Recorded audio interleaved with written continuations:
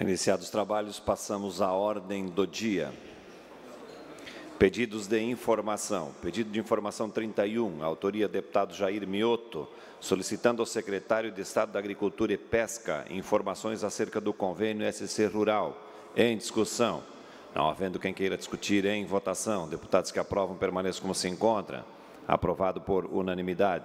Pedido de informação 32, autoria deputado Jair Mioto, solicitando ao secretário de Estado da Infraestrutura informações acerca do cronograma para o término do acesso ao novo terminal do Aeroporto Internacional Hercílio Luz, em Florianópolis. Em discussão, com a palavra o autor do pedido de informação, deputado Jair Mioto. Senhor presidente, há uma preocupação generalizada na nossa capital com relação a esse tema, e o nosso objetivo é justamente estar atento ao que o governo do Estado está se propondo com relação a cronogramas, com relação também à própria inauguração do aeroporto, que a empresa já está com as obras adiantadas e precisamos concluir o acesso.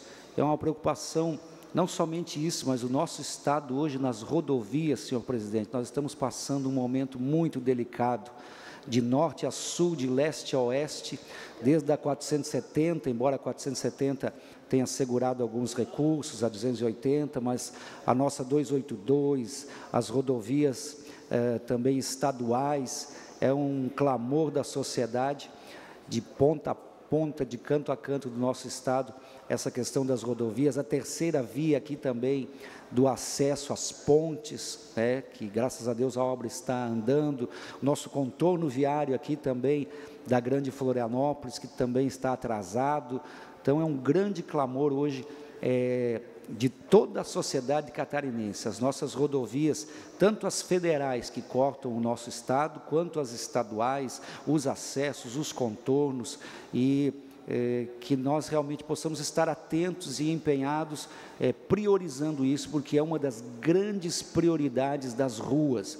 Na campanha nós ouvimos muito isso, e creio que a maioria dos deputados devem ter ouvido também, em todas as regiões do nosso estado. A 470, em horários de pico, essa região aí de Navegantes até Indaial, é algo que tira a paciência das pessoas, é muito tempo que se gasta no trânsito. Então, essa própria questão também das pontes aqui, a manutenção das nossas pontes, que o deputado João Amin já fez ontem um requerimento sobre isso.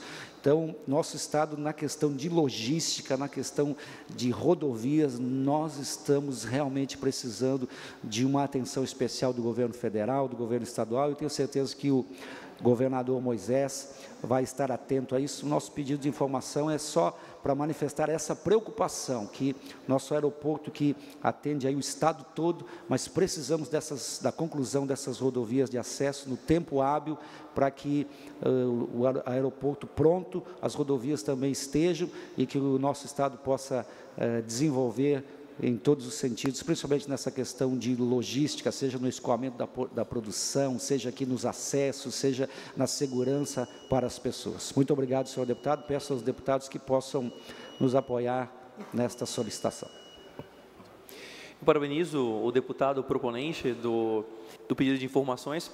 Isso é realmente muito relevante, porque muito se discutiu na imprensa sobre o tema, e acredito que não há uma resposta ainda adequada para essa dúvida quanto ao cronograma de entrega desse trecho, porque nós corremos o risco de ter o primeiro aeroporto, o primeiro terminal de aeroporto, depois de privatizado, que foi algo essencial. Infelizmente não deu para privatizar também o acesso, deveria ser possível, mas nós corremos o risco de ter o primeiro terminal sem acesso, que avião chega e carro não. Isso seria para Florianópolis, que é uma capital turística, é uma das cidades que recebe o maior número de voos charter do Brasil, isso seria lamentável. Então, que o aeroporto seja acessível não apenas para aviões, mas também para carros. Então, parabenizo o proponente e votaremos juntos também. Não havendo mais quem queira discutir, em votação, deputados que aprovam permaneçam como se encontram.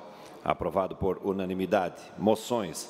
Moção 25, autor deputado Altair Silva, apelando ao presidente da República e aos ministros da Fazenda e da Agricultura para a criação de cotas ou a suspensão da importação de leite do Mercosul, bem como pela manutenção da taxa antidumping para a importação de leite da União Europeia e da Nova Zelândia. Em discussão. Não havendo quem queira discutir. Não havendo quem queira discutir, em votação. Deputados que aprovam permaneçam como se encontram. Aprovado por maioria. Moção 26, autor deputado Fabiano da Luz, manifestando aos presidentes da República, do Senado, da Câmara dos Deputados e ao coordenador do Fórum Parlamentar Catarinense, repúdio à edição do Decreto 9.642, abro parênteses, dispõe sobre a redução dos descontos concedidos em tarifas de uso do sistema de distribuição e tarifas de energia elétrica dos agricultores familiares, fecha parênteses. Em discussão, com a palavra o autor, deputado Fabiano da Luz. Deputado Mauro, é justamente o que nós já vínhamos ouvindo aqui na casa, as grandes reclamações com relação ao aumento na tarifa de energia elétrica, e se somando a isso, ainda se retiram os descontos que o agricultor tinha. Então, se a situação do agricultor já era judiada, com essa atitude consegue piorar ainda mais a situação do agricultor. Não havendo mais quem queira discutir, em votação. Deputados que aprovam permaneçam como se encontram. Aprovado por unanimidade.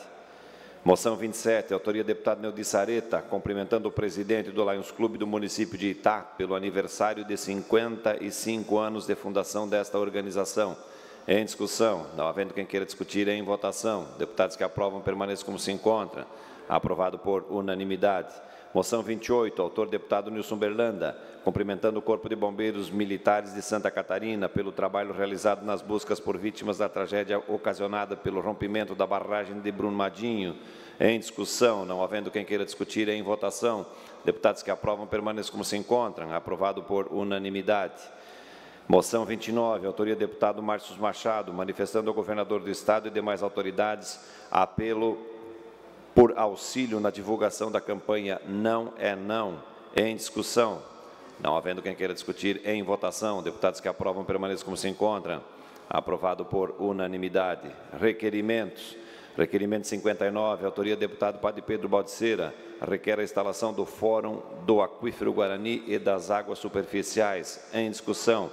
Não havendo quem queira discutir, em votação. Deputados que aprovam permaneçam como se encontram. Aprovado por unanimidade. Requerimento 60, autoria do deputado Padre Pedro Baldiceira, requer a instalação do Fórum da Agroecologia e da Produção Orgânica. Em discussão. Não havendo quem queira discutir, em votação. Deputados que aprovam permaneçam como se encontram. Aprovado por unanimidade.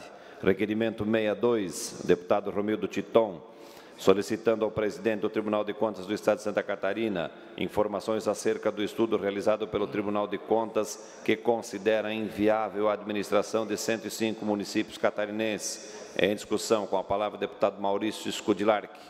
Eu quero parabenizar o deputado Romildo Titon por levantar essa questão. Eu acho que é uma preocupação. Deputado Romildo Titon também numa região de pequenos municípios, e isso tem que ser muito bem debatido. Há estudos de que os municípios não são autossustentáveis, mas tenho certeza, com a criação, melhorou muito a qualidade de vida daquela gente, e não é possível dar o mesmo tratamento, qualidade de vida, estrada, saúde, se transformar novamente esses municípios em distritos, sei lá. Então, eu li na imprensa sobre esse material do Tribunal de Contas, e eu acho que tem que ser muito debatida essa questão. Então, eu queria aproveitar para manifestar o meu apoio e parabenizar o deputado Romildo Titon pela iniciativa de discutir esse assunto. Não havendo mais quem queira discutir, em votação. Deputados que aprovam permaneçam como se encontram. Aprovado por unanimidade. Requerimentos e indicações. Esta presidência comunica que defere os seguintes requerimentos. Requerimento 57, autoria do deputado Ivan Nats. Requerimento 58, autoria do deputado Padre Pedro Baldiceira. Requerimento 61, autoria do deputado Laércio Schuster. Esta presidência comunica que encaminhará aos destinatários, conforme determina o regimento interno, as seguintes indicações. Indicação 59, autoria deputado Ronnei Weber. Indicação 60, autoria deputado Sargento Lima. Indicação 61, autoria deputado Neudi Sareta. Indicação 62, autoria deputado Neudi Sareta. Indicação 63, autoria deputado Neudi Sareta. Indicação 64, autoria deputado Maurício Skurdilark. Fim da ordem do dia, passamos às explicações pessoais.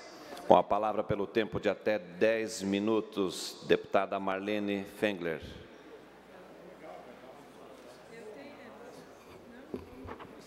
Pela ordem, deputado Nilson Berlanda. Senhor presidente, senhores deputados, eu peço a palavra aqui para cumprimentar a nossa prefeita Claudete de Fraiburgo, que vem fazer uma visita à casa, e parabenizá-la aí, Claudete, pela a iniciativa do retorno da Festa da Maçã na cidade de Fraiburgo, inclusive com uma data especial agora, que é no início da colheita da safra da maçã.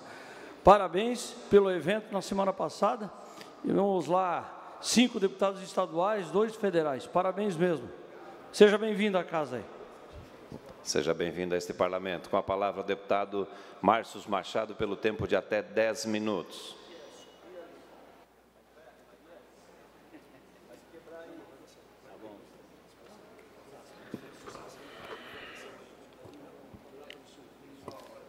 Boa tarde a todos. Primeiramente, cumprimento o presidente em exercício, deputado Mauro de Nadal, deputadas, deputados, o público que se faz presente aqui nas galerias, quem nos assiste nos canais respectivos, TVA, redes sociais, Facebook, enfim, todas as redes que aproximam o nosso cidadão a algo muito importante, que são as decisões ora emanadas nessa casa. Aprovamos uma moção de apelo, nobres deputados, que é uma campanha maravilhosa, que iniciou no Rio de Janeiro, que diz o seguinte: não é não, contra o assédio sexual, que ocorre principalmente no Carnaval. Então, essa campanha, para a gente ter uma noção, no estado de Santa Catarina, os números de violência contra a mulher e de violência doméstica são alarmantes. Existe um fórum brasileiro de segurança pública, de acordo com essa entidade, a cada 11 minutos uma mulher é estuprada no Brasil. Nós temos uma ONG chamada Think Olga, que diz o seguinte: foi feito um levantamento que 98% das mulheres já ouviram desrespeito camuflado em uma cantada. 81% das brasileiras mudam a rotina ao ir e ao voltar do seu trabalho. A necessidade de elaborações de planos e ações imediatas se faz urgente. Então, nesses eventos festivos, especialmente o Carnaval, que é uma festa de alegria e liberdade, as pessoas confundem essa liberdade extrapolando os limites, como beijar à força, passar a mão nas meninas e etc., praticando assim atos de assédio moral e sexual contra as mulheres. E é uma belíssima campanha pelo grupo coletivo feminino Aisha Jacob, que diz o seguinte: elas fazem de forma voluntária entrega de adesivos para colar na pele, que são tatuagens temporárias, com os dizeres não é não, tendo como objetivo que as mulheres possam brincar o carnaval nas ruas, nos blocos, sem serem assediadas moralmente e sexualmente. Então, dessa maneira, peço, novo presidente dessa casa, que utilize toda a estrutura de comunicação para que a gente possa divulgar essa campanha. É uma campanha maravilhosa, bem como solicito ao governo do estado que faça essa distribuição desses adesivos, e ao Ministério Público, que tem um setor específico. Então, nós precisamos sim estar atuando de uma forma muito incisiva para que a gente possa proteger a mulher que gera vida, a mulher que traz uma essência maravilhosa para a nossa existência. É assim que nós temos que estar atuando.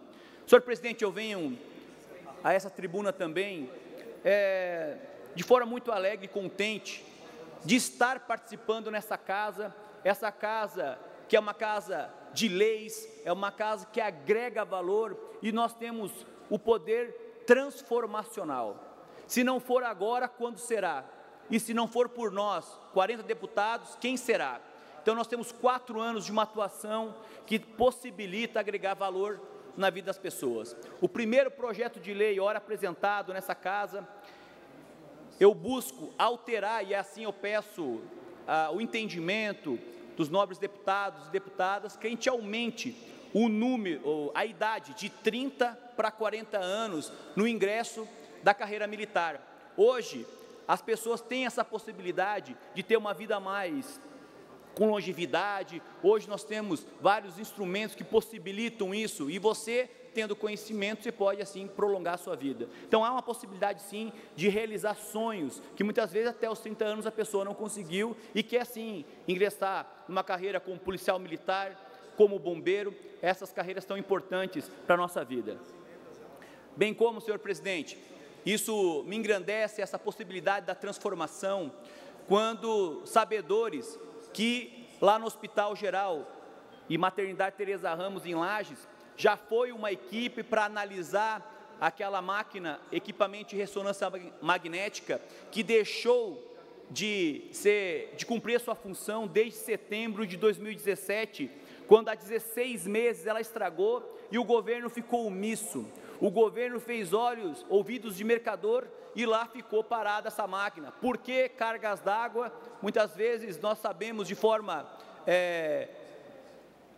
truncada, que para beneficiar, quem sabe, algumas clínicas, porque 240 aproximadamente exames por mês deixaram de ser realizados. Então essa equipe foi lá e, oxalá, que assim seja, que faça cumprir essa máquina e venha aos exames assim realizados. Também é muito importante uma frente que nós estamos colhendo assinaturas, que logo já vou peticionar aqui na mesa diretora, a Frente Parlamentar de Proteção Animal.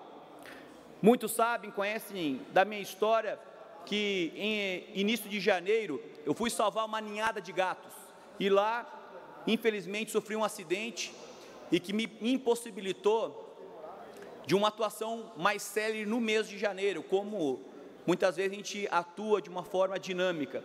E eu uso um colete hoje e vi essa necessidade daquela máquina de ressonância magnética. Nós temos uma questão importante, como apresentada ontem, por exemplo, da Delegacia Virtual de Proteção Animal. A proteção animal se faz necessário. Quando nós viajamos, ainda mais pelo estado de Santa Catarina, não só os animais domésticos, mas os animais silvestres também. A gente vê inúmeros animais mortos. Então nós temos que ter políticas públicas voltadas para esse setor, bem como a questão dos animais silvestres, que muitas vezes, por exemplo, na minha região, o leão-baio. O leão-baio daqui a pouco vai ser extinto, não vai ter mais leão-baio. Por quê? O que está acontecendo? Está lá o agricultor, está o pecuarista, esse animal, ele precisa se alimentar, vai lá, mata uma ovelha, mata uma vaca, o que eles fazem? Eles caçam este animal. Infelizmente, eu escutei um testemunho de algumas pessoas comentando que tinham matado um leão-baio. A pata do leão-baio era maior que a mão dele. Então, nós precisamos ter uma ação efetiva, para que, por exemplo, tem um parque nacional lá em São Joaquim, por que não relocar esses animais para esse parque?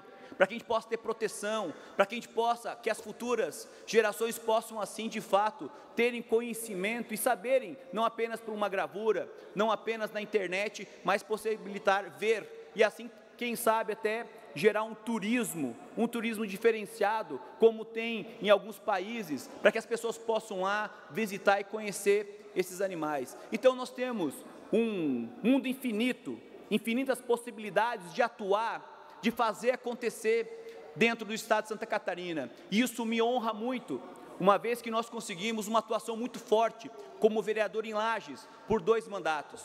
No último pleito para prefeito, nós ficamos em segundo lugar com 30.525 votos, terra do ex-governador Raimundo Colombo, que tinha toda uma estrutura, toda uma máquina, e nós conseguimos quase alcançar o êxito. Mas tarda, mas não falha. É como se fosse um bumerangue. Hoje estou aqui, um dia eu vou retornar para a minha cidade, ser prefeito daquela terra. Mas tudo ao seu tempo, tudo no seu momento. Então, dessa maneira, contem comigo, novos deputados, para que possamos fazer uma revolução nessa Assembleia, para que a gente possa transformar Santa Catarina, essa terra que tanto amamos, que tanto gostamos, e que a gente possa realmente fazer valer o direito cidadão que assim nos escolheu. Muito obrigado e sucesso a todos. Meus cumprimentos ao deputado Márcio Machado pela iniciativa de constituir a Frente Parlamentar de Proteção Animal, e conte com o nosso apoio e a nossa adesão também, deputado, pela iniciativa. Eu chamo o deputado Bruno Souza para fazer uso da palavra.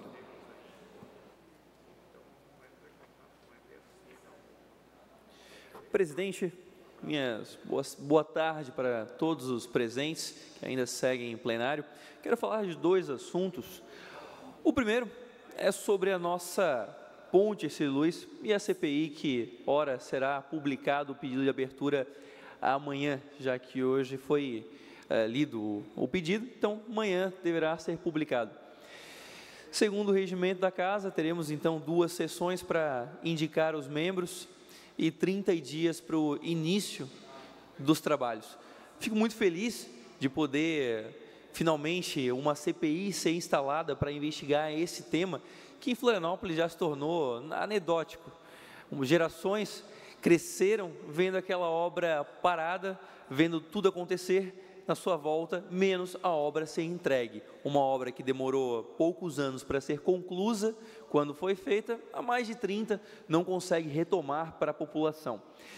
Mas nós estamos agora com uma grande oportunidade nas mãos, de dar uma resposta adequada à população de Santa Catarina sobre esse caso folclórico. Temos uma oportunidade e não podemos desperdiçá-la. Tenho sido muito questionado se poderemos chegar a um resultado inconclusivo no estudo, na investigação dessa CPI. Eu, de coração, espero que não, que possamos chegar em um belíssimo resultado e elucidativo o suficiente para tirar qualquer dúvida que paire sobre aquele caso. Para isso, eu tenho para mim que é muito importante termos pessoas interessadas em investigar e chegar nas respostas de fato, tanto integrando a comissão, como nos cargos de relatoria e presidência da CPI.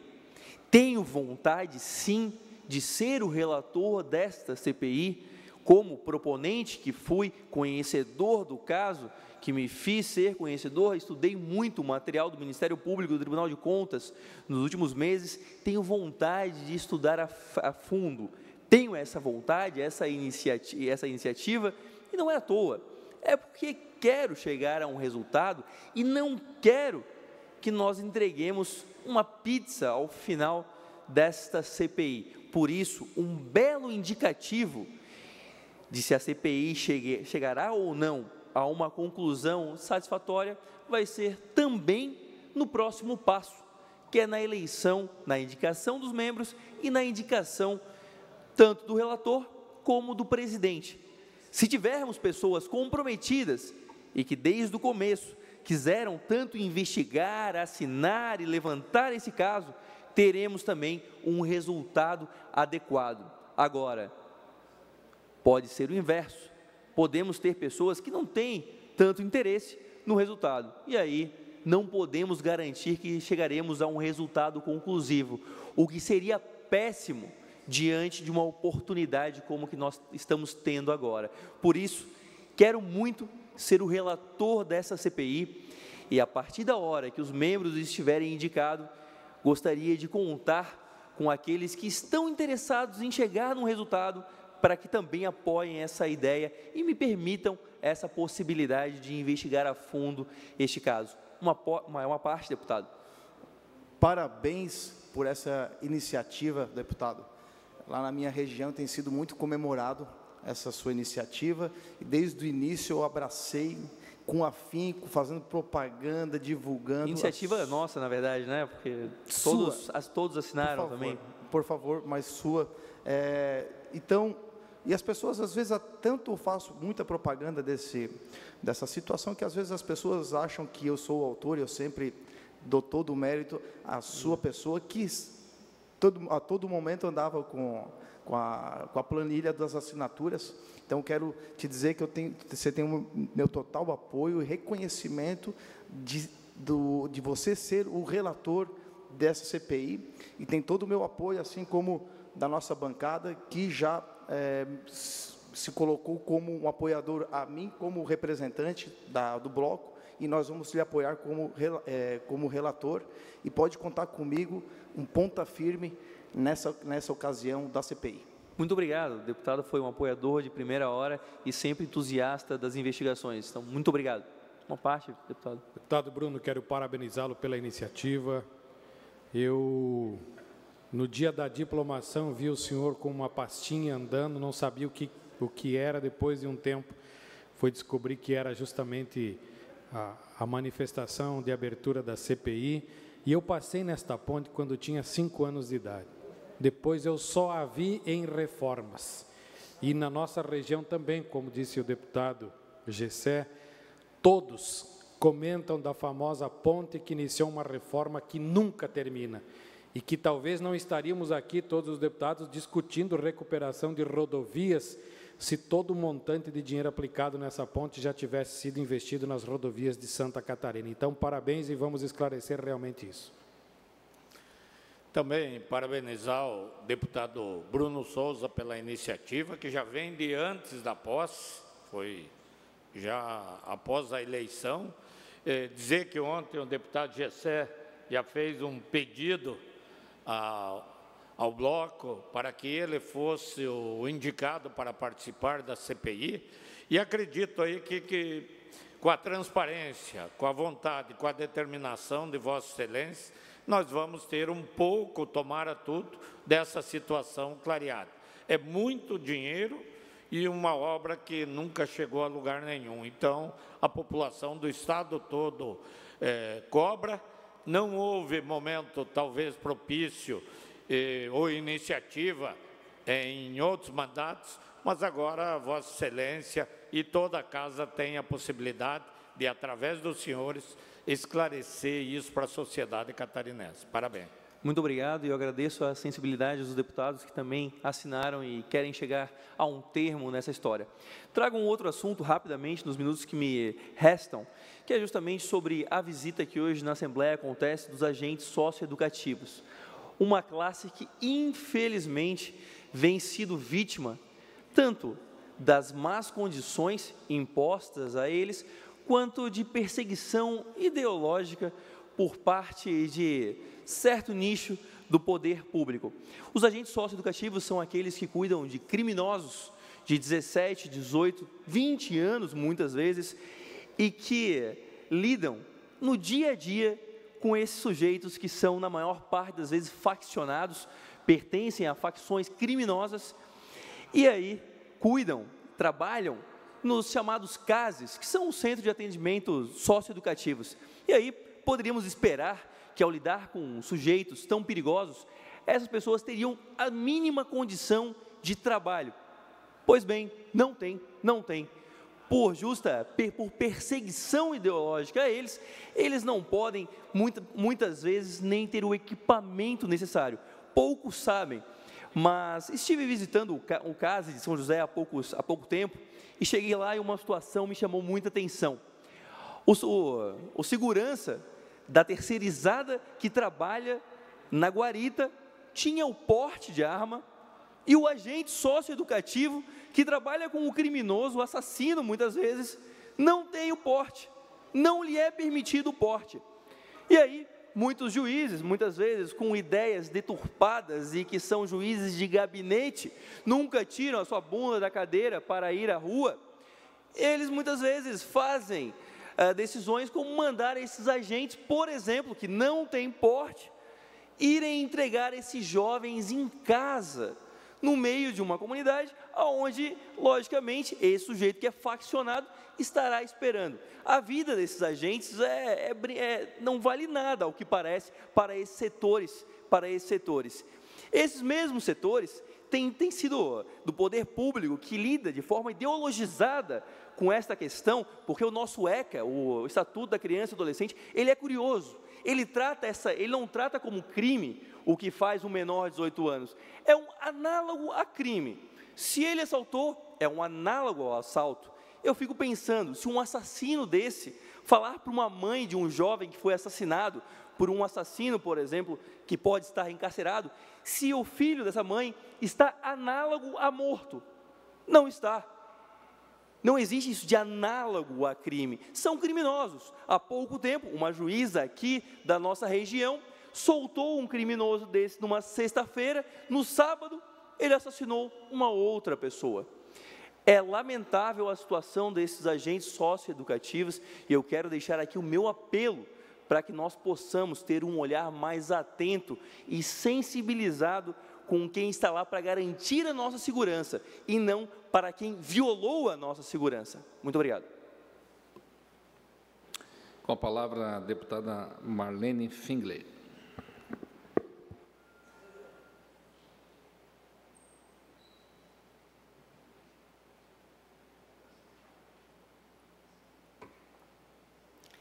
Boa tarde, senhor presidente, nobres colegas.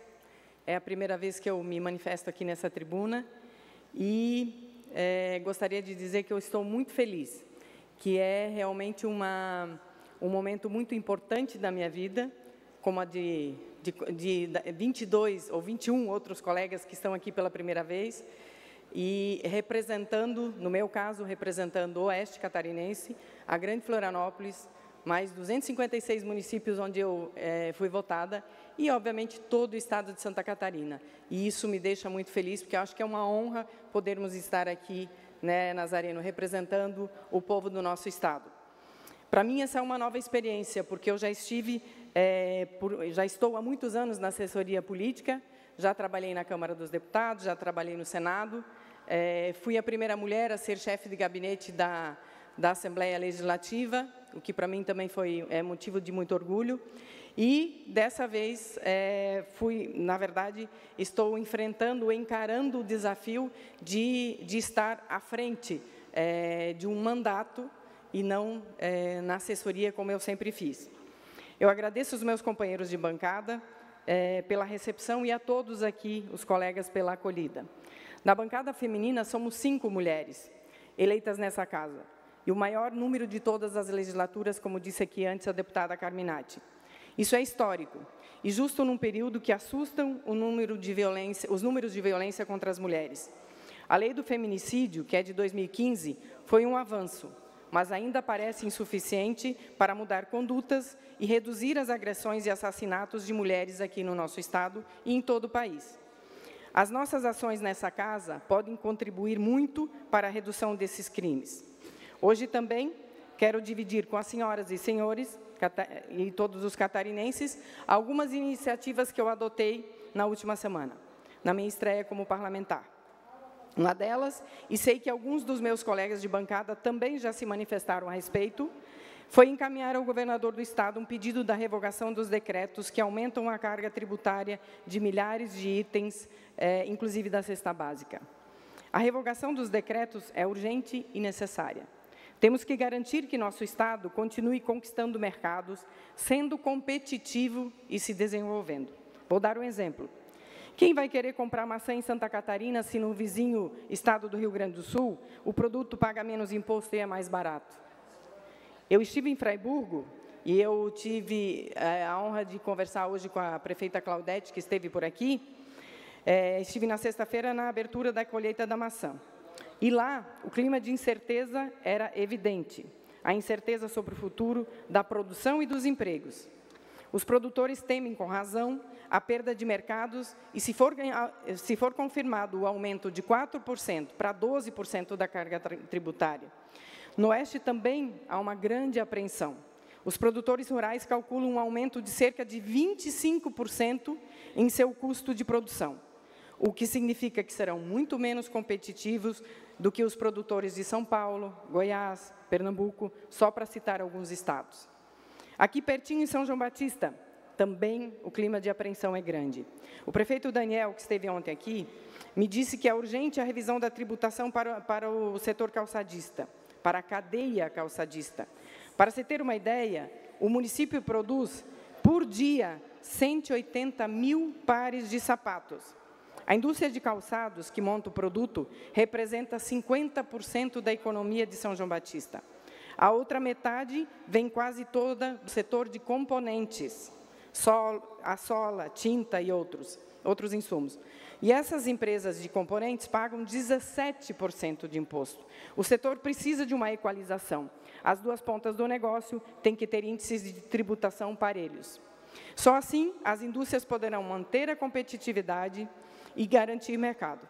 Essa disfunção cai no bolso do consumidor, que, afinal, é quem sempre paga a conta. Citei Fraiburgo, Oeste, São João Batista, mas a elevação tributária é abrangente e vai afetar a todos.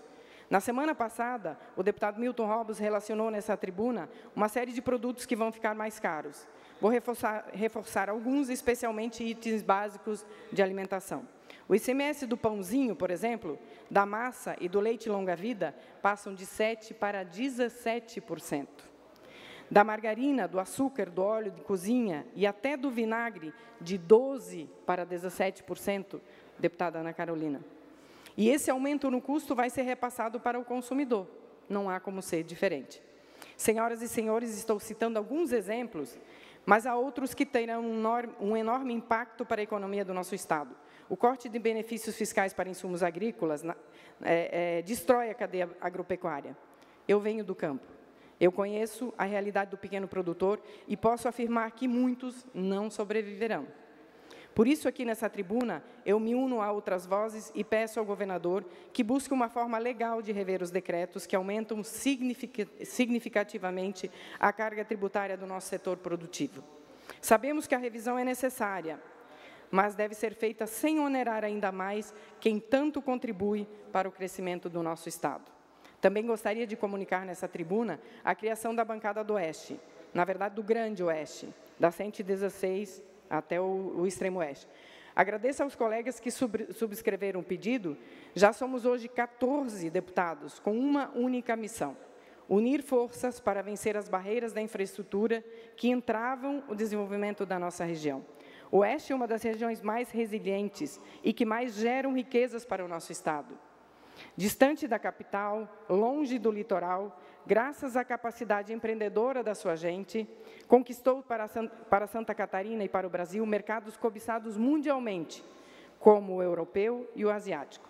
Mas parece não haver o merecido reconhecimento, as merecidas contrapartidas. Nossas estradas estão em péssimas condições. Na próxima semana estaremos, aliás, os deputados aqui foram convidados para estarem na Fiesc e acompanhar o último estudo da entidade sobre 5 importantes rodovias estaduais do Oeste. Já posso adiantar que foram identificados problemas graves, de risco à vida em trechos deteriorados de praticamente todas elas. Eu visito com frequência a região, estive lá no final de semana e sou testemunha dessa situação. Não temos porto e nem ferrovia. A alternativa para escoar a produção é pelas estradas. O problema é grave e a solução precisa ser urgente. E isso sem falar na necessidade de melhorias dos aeroportos da região, especialmente o de Chapecó, ou nas deficiências do sistema de energia elétrica, que compromete a expansão industrial e afeta milhares de propriedades rurais.